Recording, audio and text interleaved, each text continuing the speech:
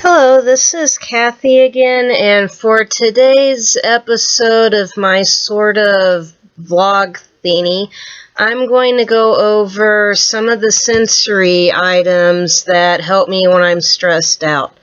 First on the agenda is my sister's cats, which happen to be lounging around on the bed with me. This is Taz.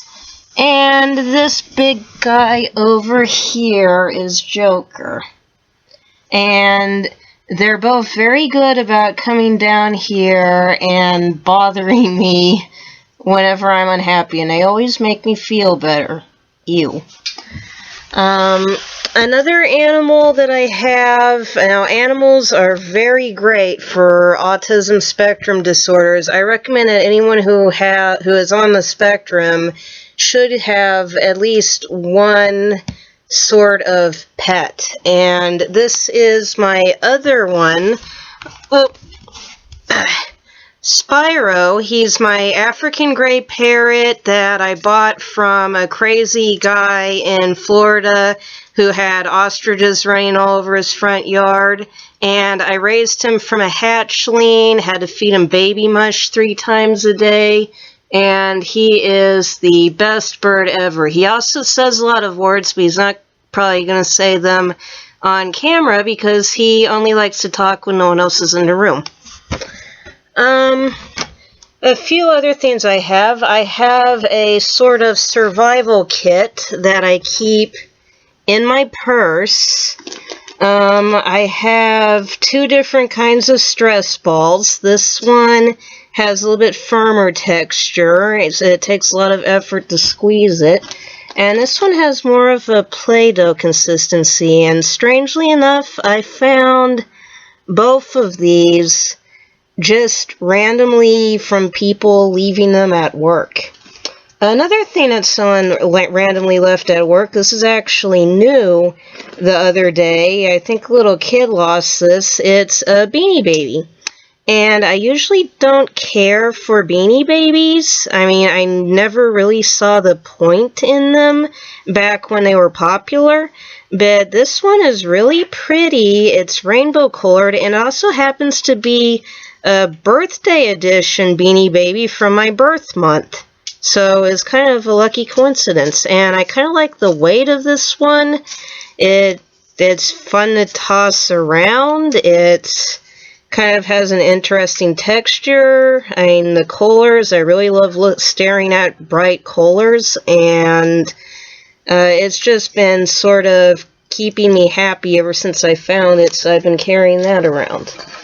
Another thing that I can't live without are earplugs, and I get these for free at the school that I go to because they have a dog kennel there. I'm studying vet technology, and in a dog kennel they want you to wear earplugs because the dog's barking can damage your ears. So I use these for more than just the dog kennel. It's pretty much any situation where I want to be like this, but I still want to have my hands free. So yeah, so I don't have to walk around like that. I can still pick up things and stuff, but it has the same effect. If I'm out on public transportation or something and I don't want people talking to me, but even when I'm not listening to music, I'll sometimes wear these and just pretend to be listening to music, because there seems to be some unspoken rule when you're wearing headphones, nobody tries to make conversation with you. And it's more visible than earplugs. People don't always notice when you're wearing those. Another thing I like to carry around is your basic chewing gum, because sometimes I just feel like I need to chew on something, and that works. And then also I have this silver dollar. It's a 1971 Eisenhower dollar. I really like the weight of it for some reason. It's very, I just feel better holding it. I can roll it around in my hands, kind of, and Yeah, so I just carried that around to play with. It's another sensory item that I have. And yet another thing that I can't live without, and I don't know what I did with at the moment. Oh wait, here it is my cell phone. I have all my music on here. I have some apps that are kind of helpful. Here's one that I strongly recommend if you're on the autism spectrum. It was actually designed by someone with autism, and it's called the Miracle Modus. And let me get it started here. It's actually a sensory stimulation app. It has all these swirling rainbow colors, and when you touch it, it kind of does things. Like, it sort of responds a little bit. Let me show you. And there's different patterns you can do, like this one. So you touch it, it changes color, and this one kind of just makes these little shapes, and yeah, and then this one is really cool. Kind of follows your finger around a little bit.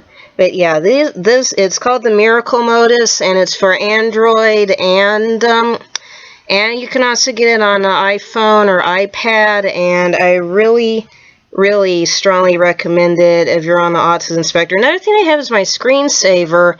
That's Conway's Game of Life, and oh god, I hate phones going off. Wait a minute.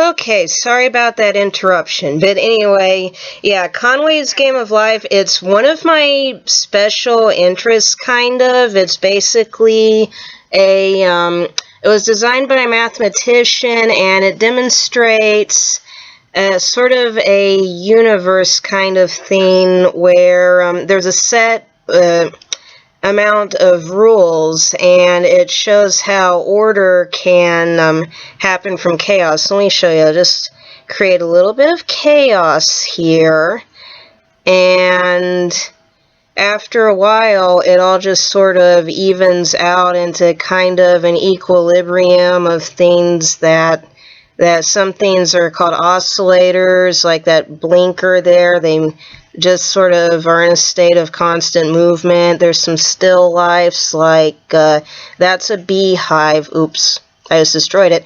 And there's a glider, which is a demonstration of something that kind of moves by itself for infinity, unless it runs into something and makes a traffic light, like it did right there.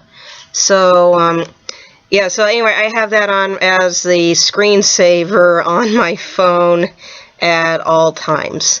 And that's pretty much it. Oh yeah, another thing.